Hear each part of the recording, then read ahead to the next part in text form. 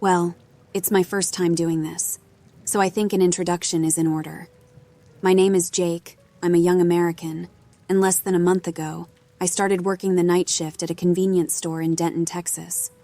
The job is to save money for college since I wasn't fortunate enough to come from a wealthy family or succeed in school, either in sports or academics. The routine, though monotonous, has its calm and tranquility. I organize shelves, attend to sporadic customers, and of course take the opportunity to study between customers. The first point is that yes, it messes with your biological clock.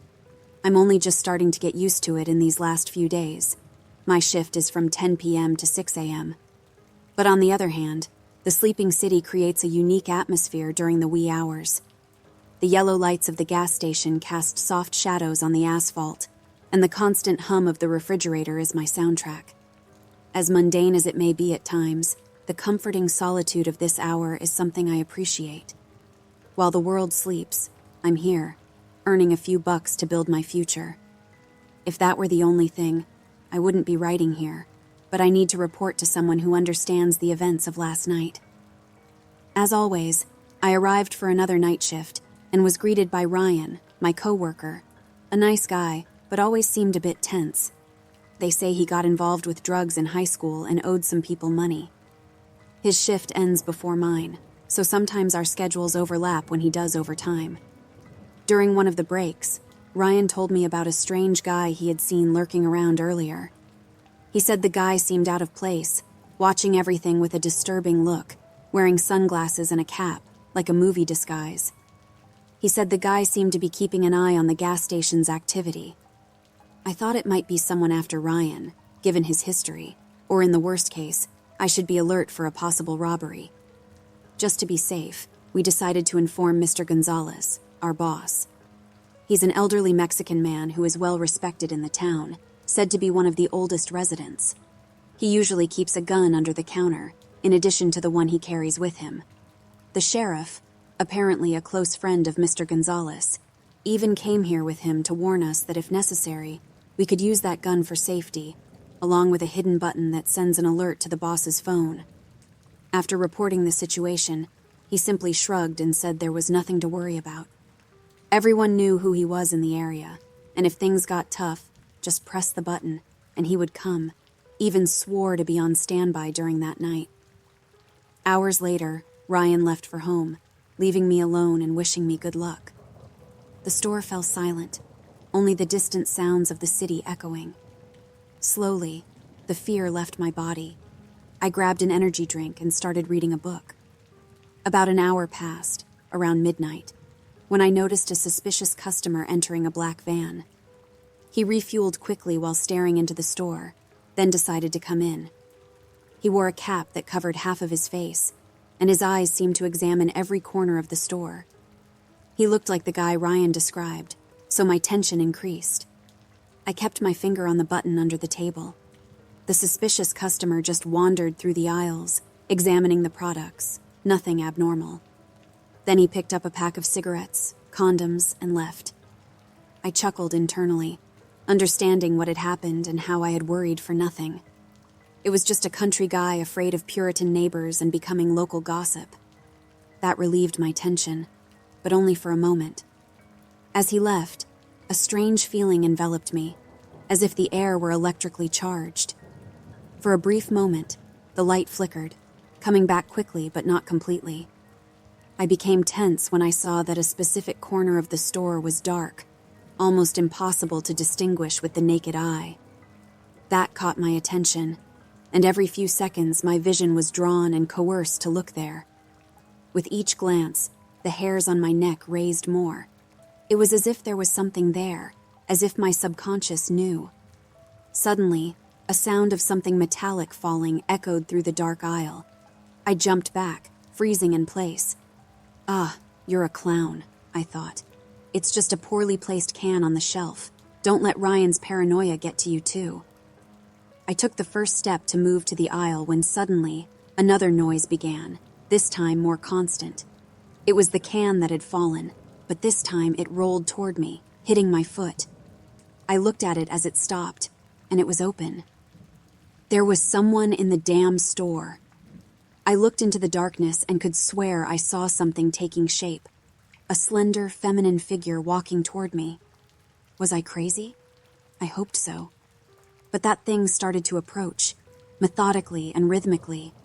I didn't want to reach for the gun. I knew there was a chance I was in danger, so what I did was discreetly press the button under the table and run to the warehouse at the back of the store. As I started running, I could hear her footsteps behind me, running too, very fast. She seemed to almost not touch the ground and still got so close. I reached the door and slammed it behind me, milliseconds before feeling the impact of her weight being thrown against the metal structure. I turned the lock. This door was extremely heavy and resistant. I was sure I could spend the rest of the night peacefully inside, until I saw her blows making the door shake. I calmed down as the power of the attacks gradually subsided. A good amount of time had passed. How much? I don't know. I made the mistake of leaving my phone on the counter when I ran. I didn't want to risk going out before making sure it was safe, and the lack of windows in the warehouse left me unsure if it was already dawn. As I calmed down, and the adrenaline dissolved in my blood, I began to think more rationally. What if that woman was just a homeless person, mentally unstable, and became reactive to my unexpected action? Besides, what could an old lady do against me? I felt like an idiot, decided with great caution to open the door and try to talk or at least approach in a more peaceful way and understand the situation of that person. When I unlocked and peeked my eye out, I saw Mr. Gonzalez speaking like the sheriff, scribbling on a notepad while the old man spoke. I approached them, and then both seemed confused. "Jake, how did you get into the warehouse?" he asked. "Well, I had some problems last night and had to hide there. Did you just arrive now?" "Jake, well, never mind. I'm glad you brought the sheriff because I think there's a woman who..." "Kid," he raised his voice. "You've been missing for 3 days." "No. What? Did I really spend all that time in there? But I didn't feel anything. Thirst, sleep. What's going on here?" "Jake, you didn't spend the whole time in there. Because the warehouse was the first place we checked when we arrived." I was stunned and disoriented. After a glass of water and sitting for a while, I finished telling them what had happened.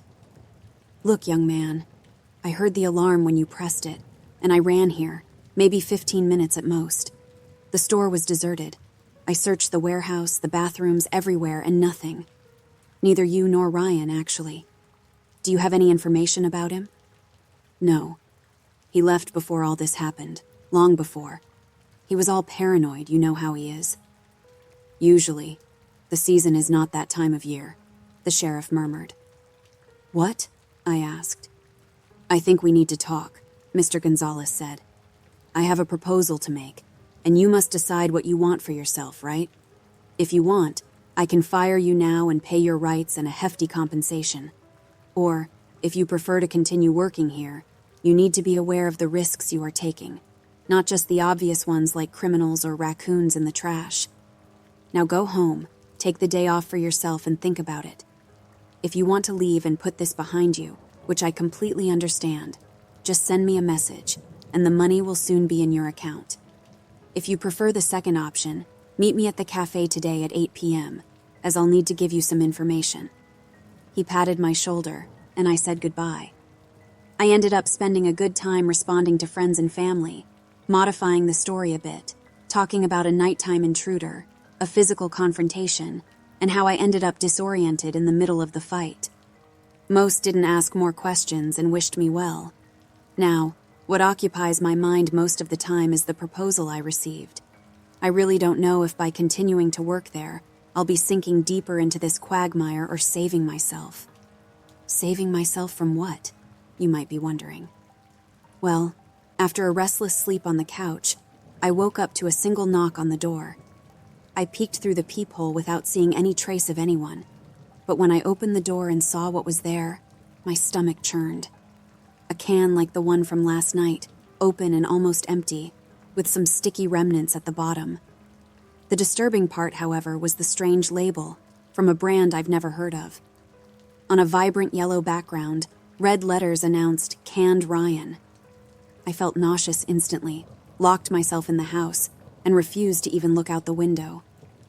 I've been in front of the computer since then, writing this, and would like some advice.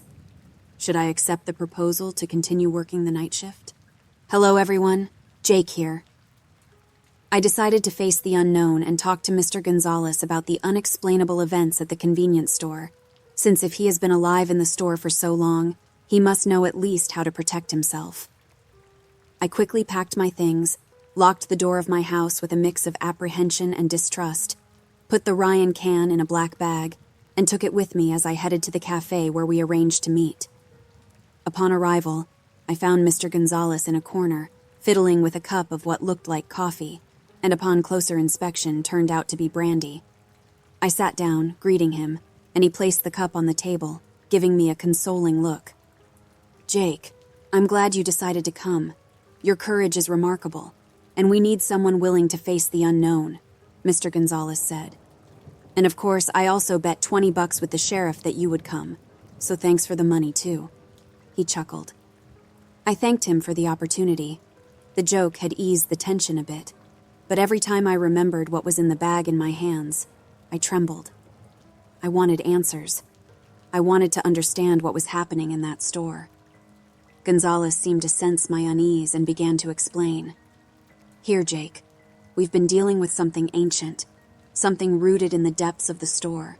For years, even before I took over, strange things happened here at night. Shadows, whispers, things that defy logic. But we've learned a basic rule. Ignore the thing, and it ignores us. Strange things? I asked. And why didn't you warn us? Did Ryan know about this? Well, Jake, the thing only really shows up after a certain time, when a new employee comes. They are left in peace for a while. Usually it's 2 to 3 months before things start getting weird. That's why we hire around this time of year. The thing manifests itself in the dead of winter, and you can probably figure out why. Less movement, more tranquility, especially at night. And no, Ryan didn't know about this. This only increased my perplexity. Mr. Gonzalez was playing with lives there. I couldn't hold back and pulled the can out of the bag, placing it on the table. You knew? All along? Knew that your negligence caused this? I pointed to the can. He seemed taken aback. His eyes widened, and he made the sign of the cross. Jake, I didn't know that this could happen. Sweat started to bead on his forehead. But if I can at least defend myself, I decided not to tell you because things only start when you're aware of them, at least within the time frame I set. 3 months is the maximum it takes for it to manifest, and 2 months is the minimum. Usually it's during this period that I call new employees to explain more. Maybe Ryan found out on his own. Did he tell you anything? He seemed haunted lately. I remembered his paranoia. Yes, he seemed frantic, but nothing much different from his usual conspiracy rants. I believe this time it was worse. He might really have found out, and I genuinely feel sorry for it, kid. He put his hand on my shoulder. And to prevent this from happening again, Gonzalez continued, now passing a folded paper to me. These are the new rules of the job. Consider it a contract. Follow them to the letter, and you can continue working here. Don't think it's a normal job. It's a pact we make to keep things under control. Accept this, and you'll be safe. I stared at the folded paper. Take as much time as you need to read it, and if you agree, just sign it and come to the store tomorrow. With a lump in my throat, I accepted the paper and unfolded it. The rules were written in an old typewriter font. They seemed like a mix of superstitions and strange instructions. The content of the paper was as follows. Contract of the Gonzalez Convenience Store Rules. Welcome officially to the Knight family. Firstly, we congratulate you on your courage in accepting this peculiar job. Here, you are not just serving customers, but dealing with forces beyond human understanding.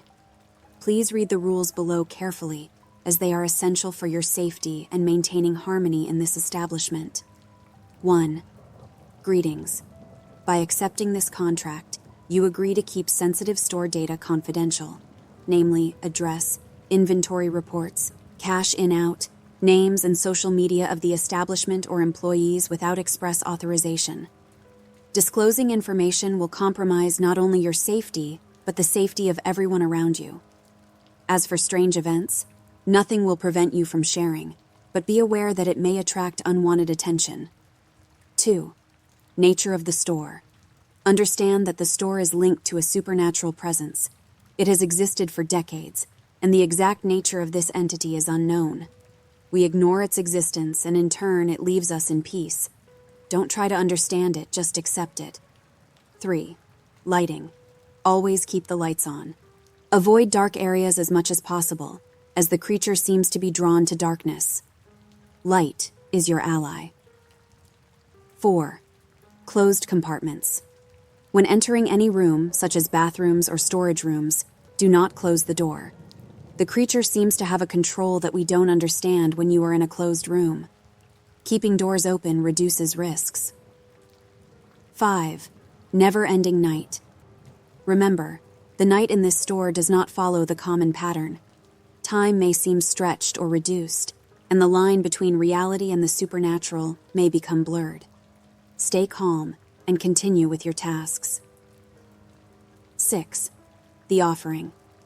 Upon arriving at the store, start your work as usual, but remember that at exactly 11:59 p.m., place a plate of raw meat in the office and lock it from the outside.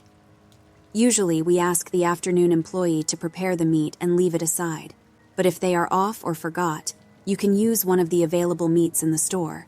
It won't be deducted from your salary. 7. The meat corridor.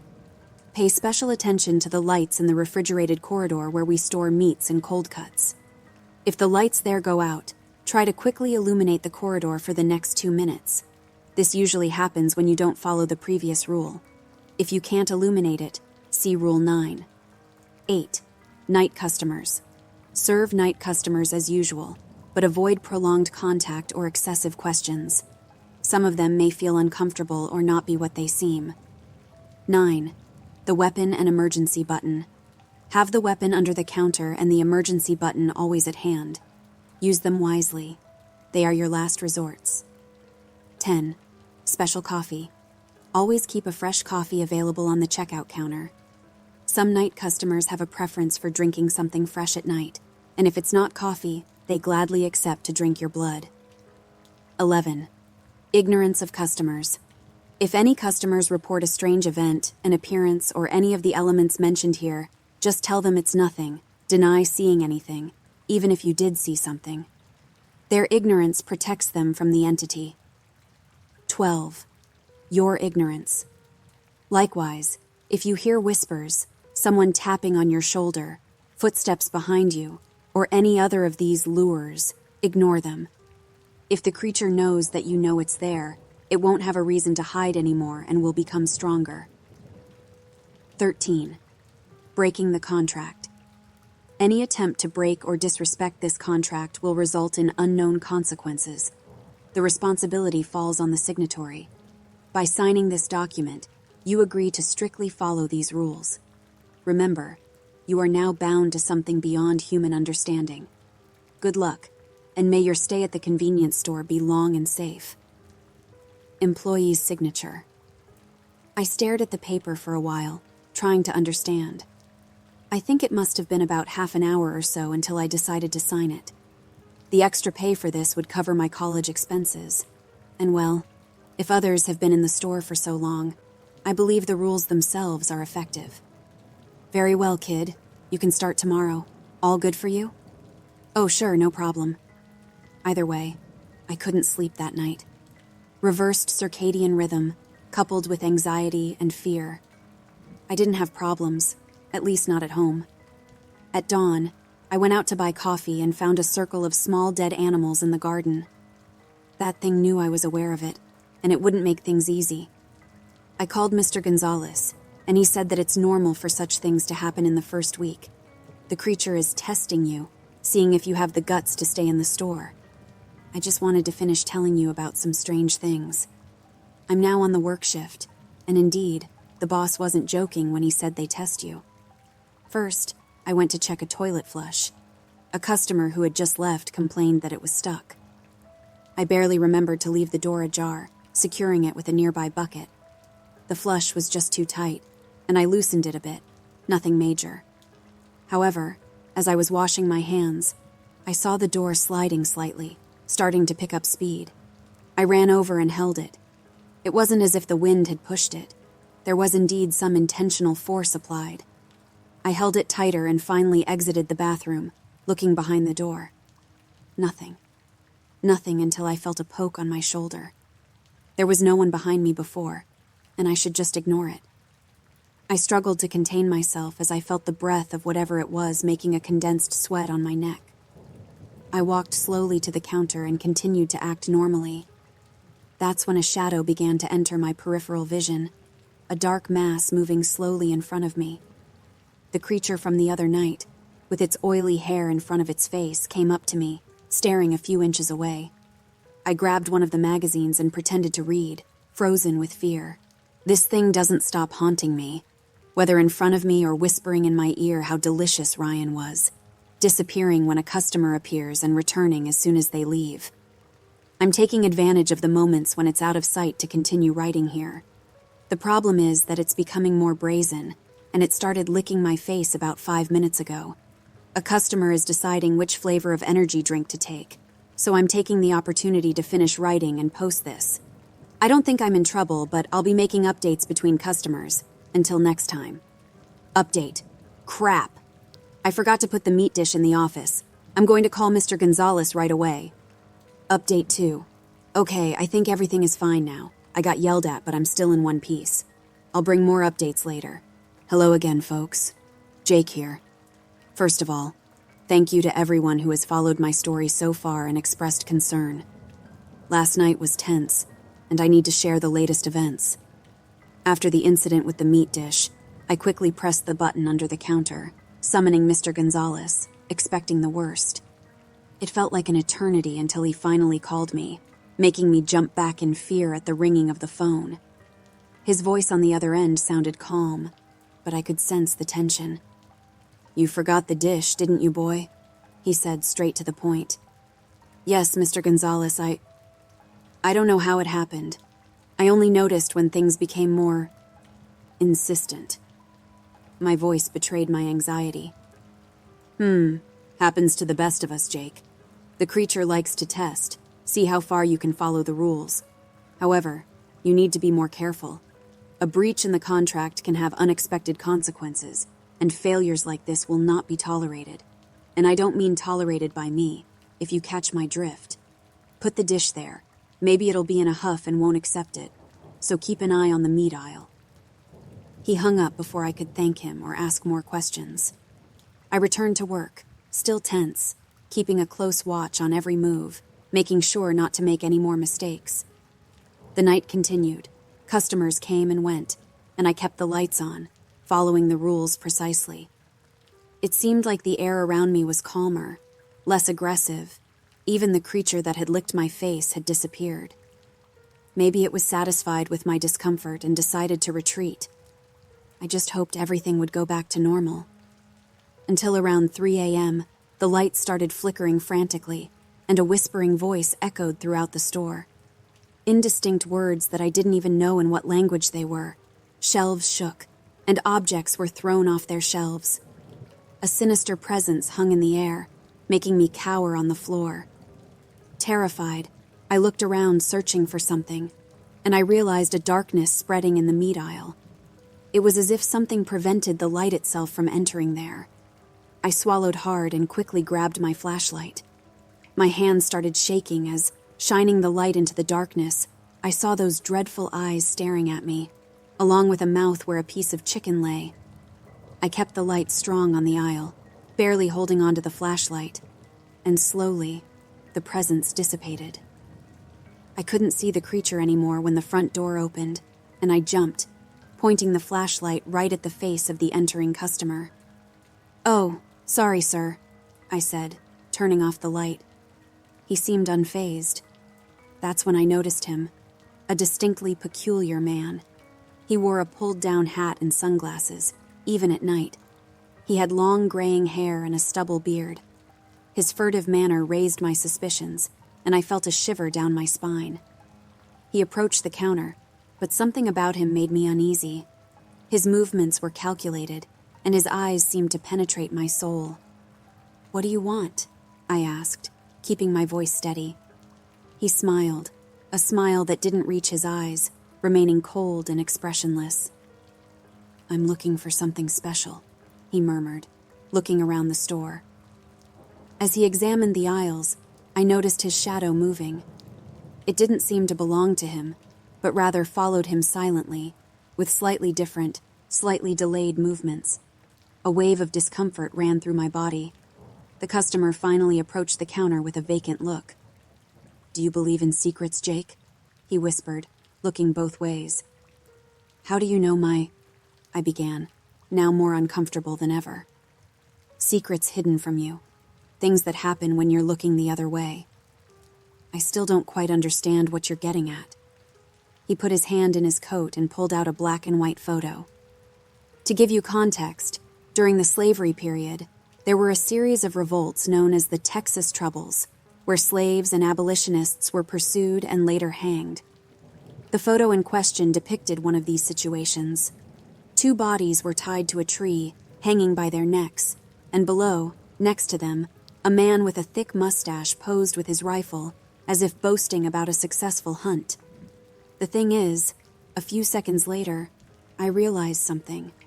The man in question with the rifle was our sheriff, Butch Cornwell. But how? These events are from 1860. Think about it, kid. It seems like someone wants to hide something from you. Those words shook me. I always trusted the sheriff, believing he was keeping things under control. But now, in front of this stranger, I began to question if I really knew the man with the golden star. The mysterious customer left the store, leaving me perplexed and full of unanswered questions. The shadow continued to dance around him, as if responding to his call. I decided that I need to uncover the truth about the sheriff and what is really happening not only in the store but in the whole town. There are more secrets hidden in the shadows than I could ever imagine.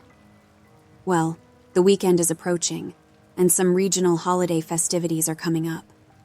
I hope to keep an eye on Butch and at least understand what's going on around here. It has crossed my mind that maybe it's a trick from the entity to break the trust between us, but I'm still not sure. That customer was eerie, but in a different way from the store. I'll keep you updated and welcome any tips on espionage you can give me. Hello everyone, Jake here.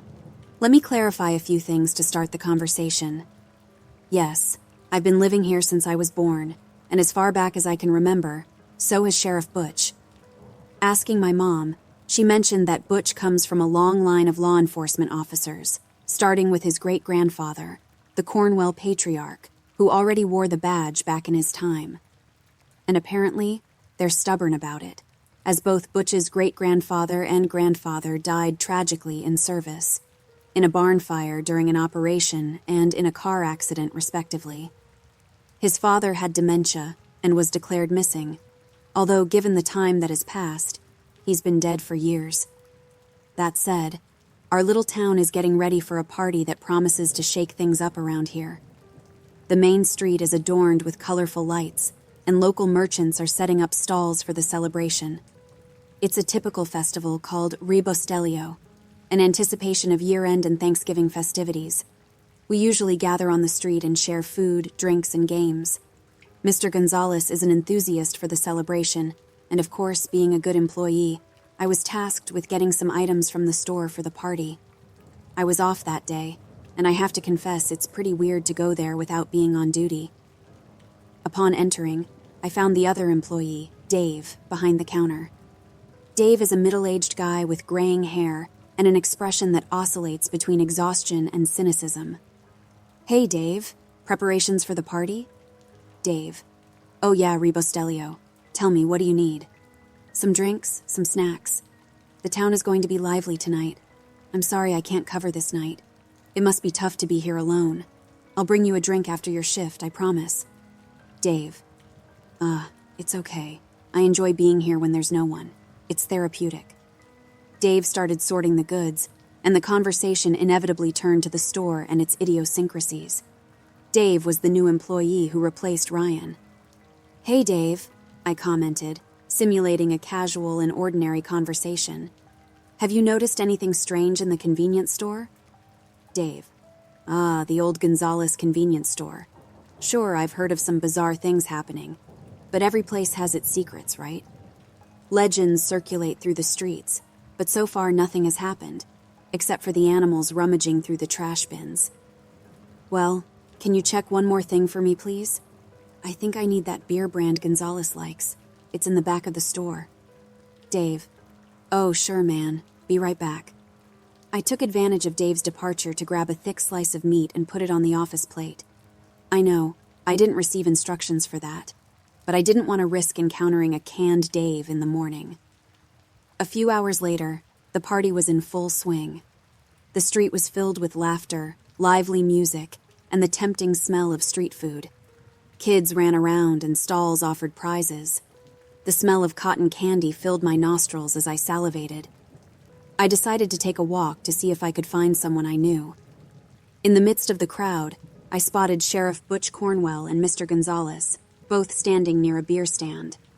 I approached unconsciously, remembering what the stranger had told me a few nights before. "Hey, Sheriff. Mr. Gonzalez?" Gonzalez: "Jake, my boy, how's it going at the store?" "Surviving, Mr. Gonzalez.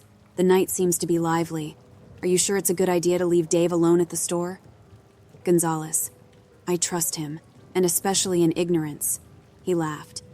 "The guy has no idea what's going on there, and for now, let's keep it that way. You've kept the store entertained enough.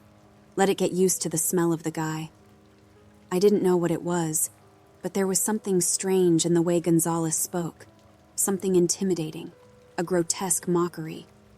I don't know. Maybe it was the beer. Speaking of which, the sheriff turned his can upside down, letting a single drop fall. Butch: "Damn, just when I was starting to have fun." He scratched his head for a moment. "Jake, come with me. I need someone strong and more sober than me to help me get the beer stock. Can you give me a hand? I have more at home." The idea of going to the sheriff's house made me a little nervous, but I didn't want to refuse. We crossed some streets while the sound of music and laughter faded, muffled, as if the world had its volume muted. We arrived at the sheriff's old colonial house, a property with a classic style but in perfect condition. Large pointed spears rose at the gate, while the moon reflected its light through crystal-clear windows. He stopped and searched for the keys, struggling for a few seconds until he found and unlocked the door. The house had a strong smell. It wasn't a stench, but something more chemical. It resembled the smell of a hospital or maybe a solvent factory. "Butch, there's a freezer in the basement. Can you grab a few packs in there? I have to deal with something upstairs." He started climbing the stairs. Well, I know you might be thinking it was foolish to go down to his basement despite my suspicions, but he was still the sheriff I had always known. And besides, numerous people had seen me leave with him, and if he really wanted to do something to me, he would have already. I descended the creaky and worn stairs. The basement was totally dark, but the chemical smell seemed weaker. I felt the wall until I touched the switch and turned on the light with a small click. It was as he had said, a mini fridge full of beers. I had taken 2 packs and was preparing to go up when, turning, I saw something that caught my attention. Under the stairs, a large covered pile. I approached, trying to understand what those outlines were. Sharp angles, straight. They even looked like cans. I looked up the stairs to see if there was any sign of Butch. Apparently not yet. Slowly, I pulled part of the tarp and looked at what was there. A heap of cans of bleaching powder. I think that's where the chemical smell comes from.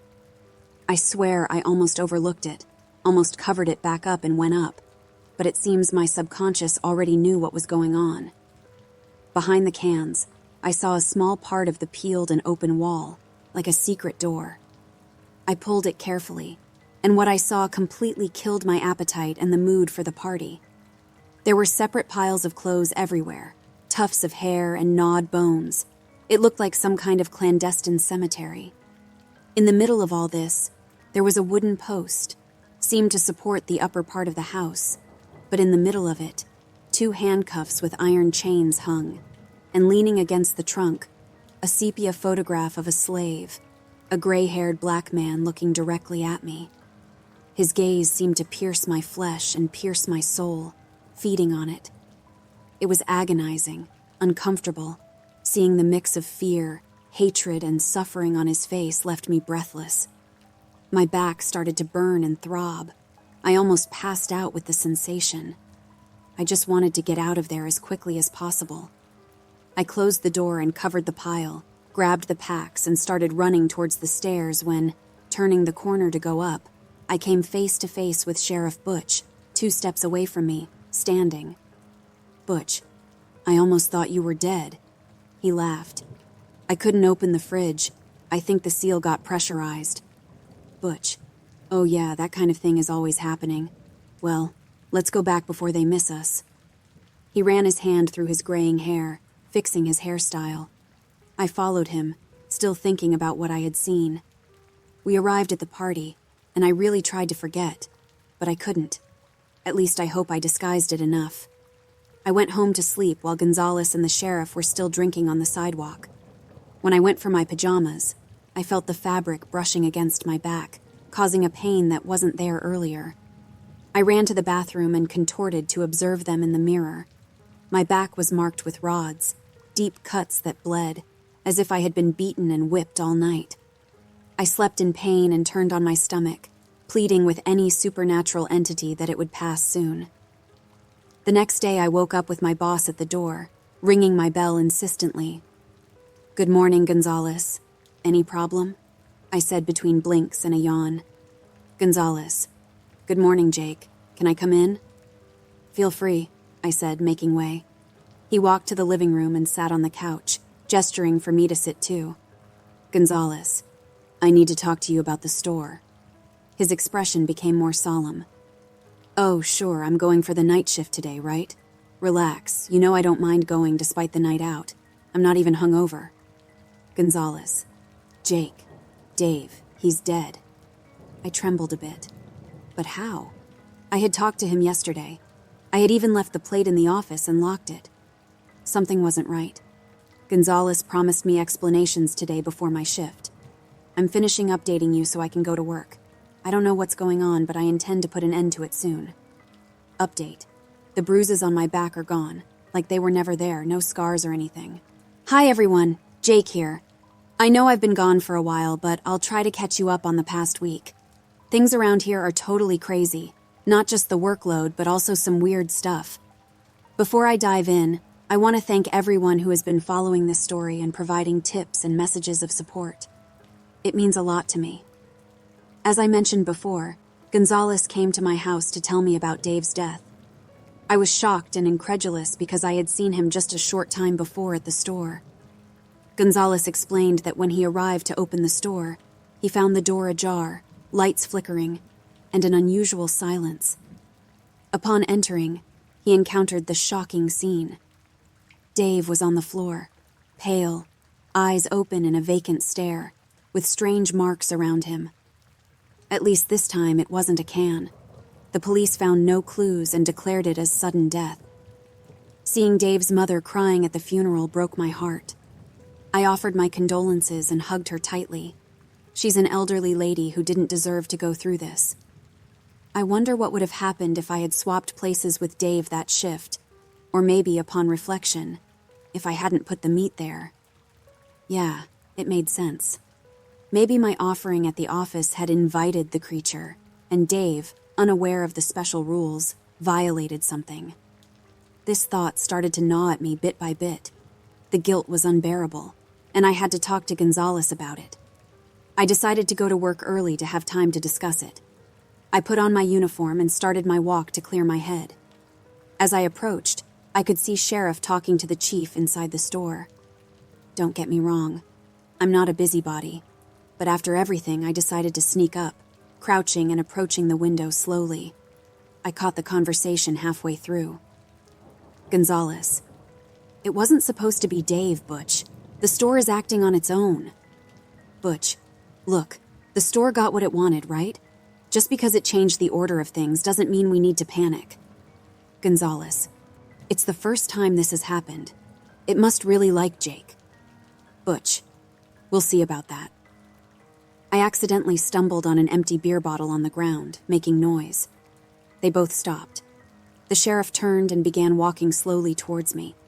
I started moving towards the back of the store, but he was almost at a point where he could see me. I was just a few inches away, and I could already see the brim of his hat and his eyebrows when one of the lights inside the store burst, making him turn, and Gonzalez jumped. Butch, ha, this damn thing is playing with us. It knows we're talking about it. You know, Beth, I always admired that stubbornness in you. That indomitable spirit made everything more fun. He tapped the wall twice. I backed away and arrived 10 minutes later, casual. I greeted both of them and said I needed to talk to Gonzalez alone. Gonzalez, you can speak up, young man. I have nothing to hide from old Butch. Me. Well, it's about Dave. I put meat in the office that night, thought I was protecting him. Butch approached me, chewing tobacco, and got so close I could smell the smoky scent coming from his mouth. Butch. Look, Jake, it's not your fault. The store is sometimes mysterious. Don't worry about it. He put his hand on my shoulder. Butch, you've got potential. Maybe when old Gonzalez retires, you could even take his place. Me. No, you're exaggerating, sir. Gonzalez. Can't deny it, kid. The store likes you, and I've been thinking about retiring for a while now. Butch's radio beeped. Butch. Gentlemen, duty calls. He left, and after a few minutes of conversation, Gonzalez did the same.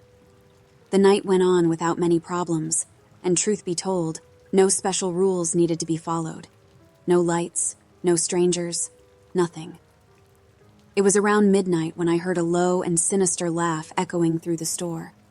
I turned around, and there in the dark aisle was a familiar figure, the strange one with the hat. My legs hesitated before taking a step back. The figure advanced slowly, revealing glowing eyes. His hair looked even more unkempt, and he ran his hand over his stubble.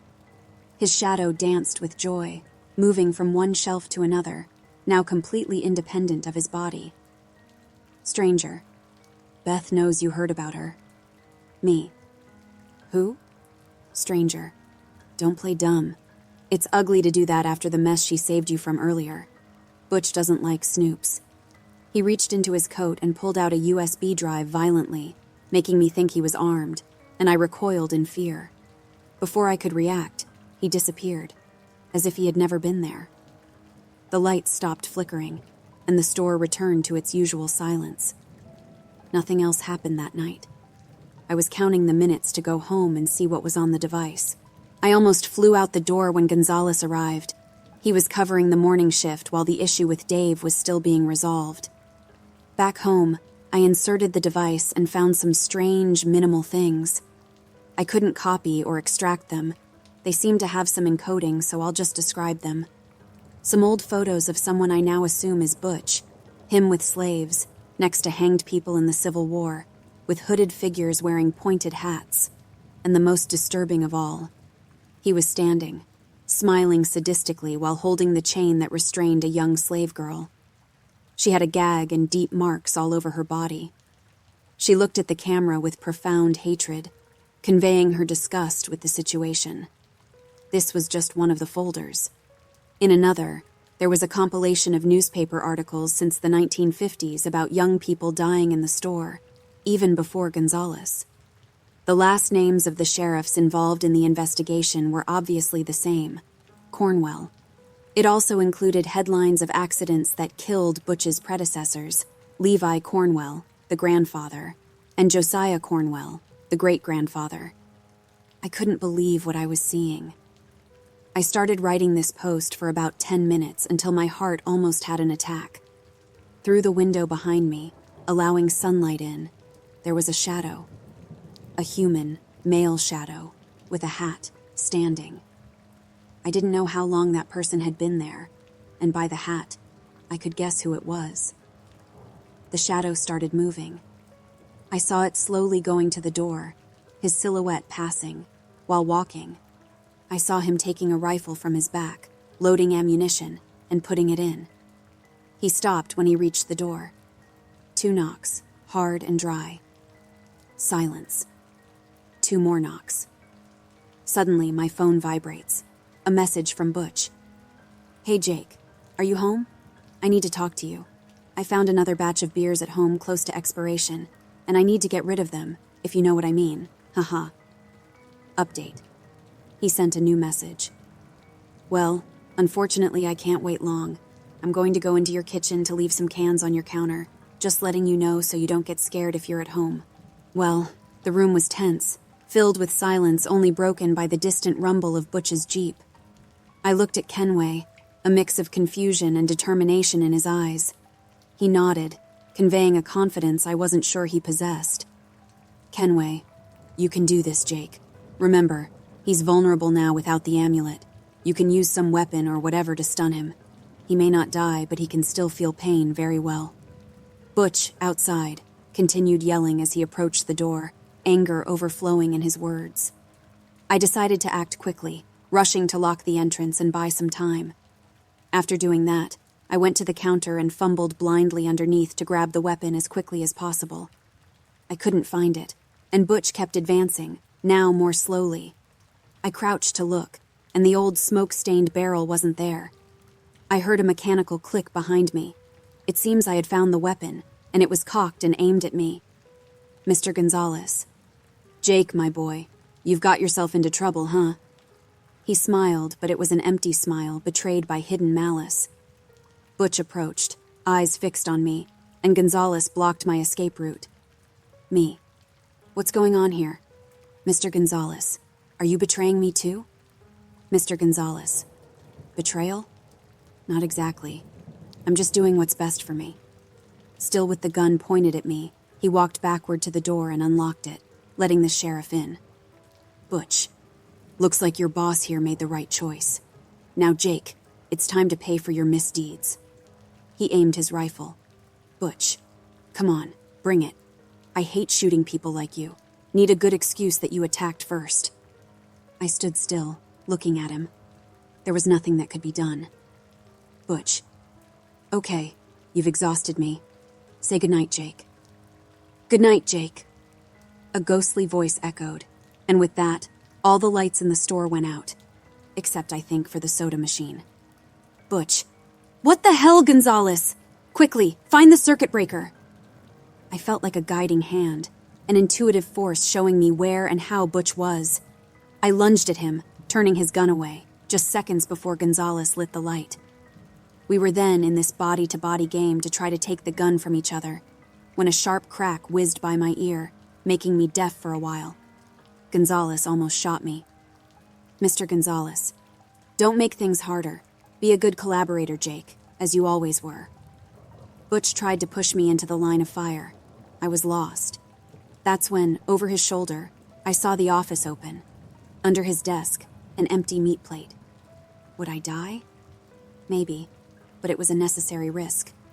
I grabbed the gun more tightly and pushed Butch with my shoulder. He grabbed my shirt and pulled me along, the gun flying from my hands and landing at the feet of my, now ex-boss. I quickly locked the door when we entered. It was time for the nightly snack, and if I had to send this damn racist to the devil, God, I would be part of the feast with pleasure. The sheriff clung to the bones like talismans, and now that I could see them clearly. It was a few seconds of silence and tension, but nothing. Suddenly, outside, a noise started. It was Gonzalez. It started with shouts that seemed like fear, then panic, and finally, pain and suffering.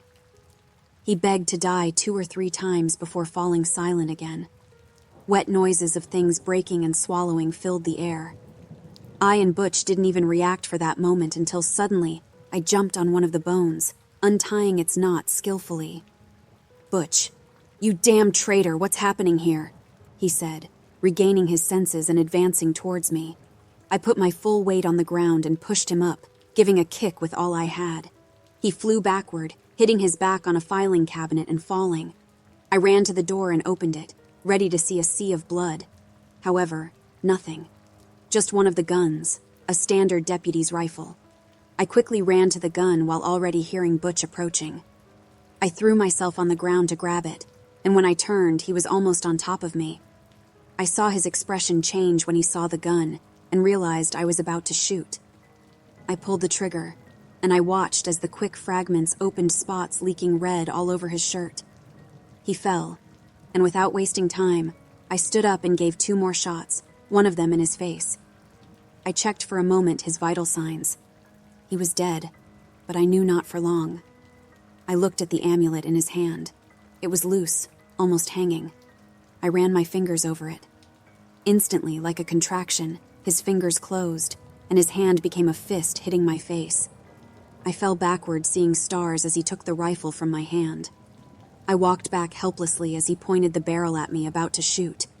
The empty click echoed 1, 2, 3 times. There were no more bullets.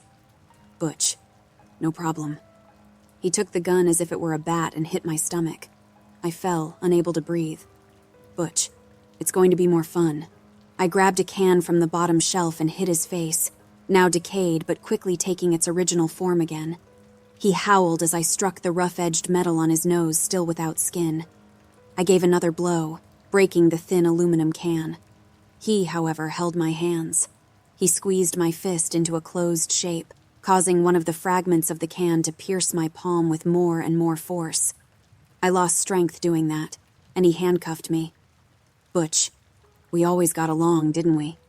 He spoke while rubbing his nose, now almost complete. Butch, you just had to play your part. But you had to meddle where you weren't called, huh?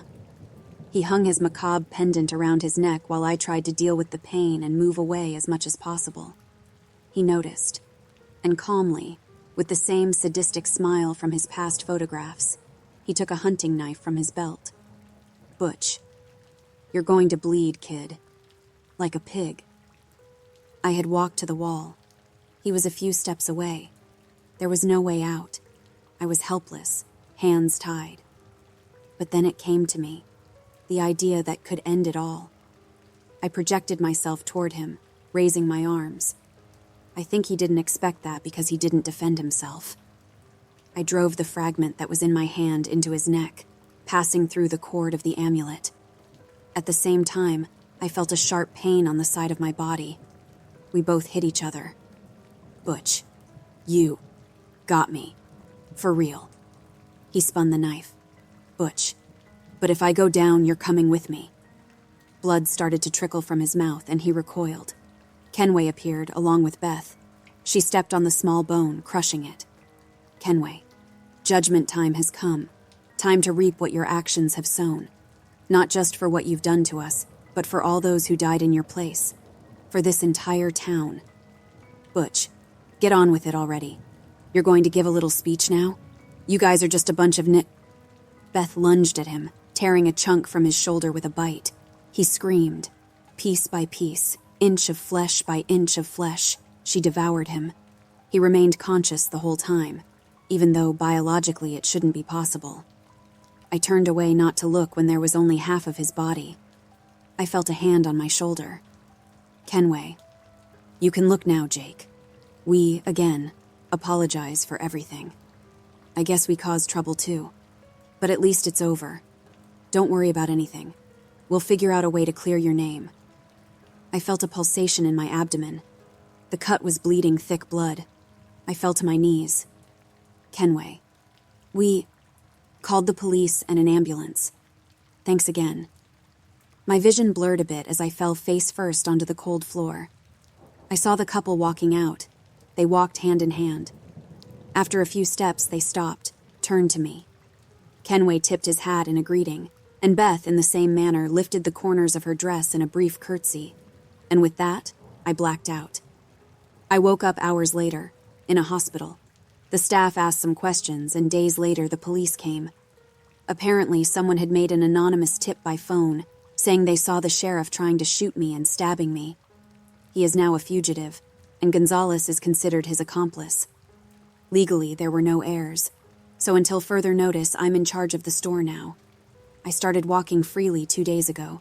made some changes to the store, cleaned the place, rearranged the stock, and now you could say there are no more special rules for the night shift. There haven't been any more strange incidents. Or rather, just one. Yesterday, I was in the store during the night shift when I decided to close. It was around 1 a.m. I walked through the cold parking lot when something hit my foot. It was a can. I looked up, and I saw a figure in a hoodie looking at me. He started approaching, and by the moonlight I saw his face. Me. Didn't expect to see you here. Everything okay? Ryan. I've been talking to Dave, and well, it seems like you need some employees. What do you think? I smiled. Me. Mind working the night shift?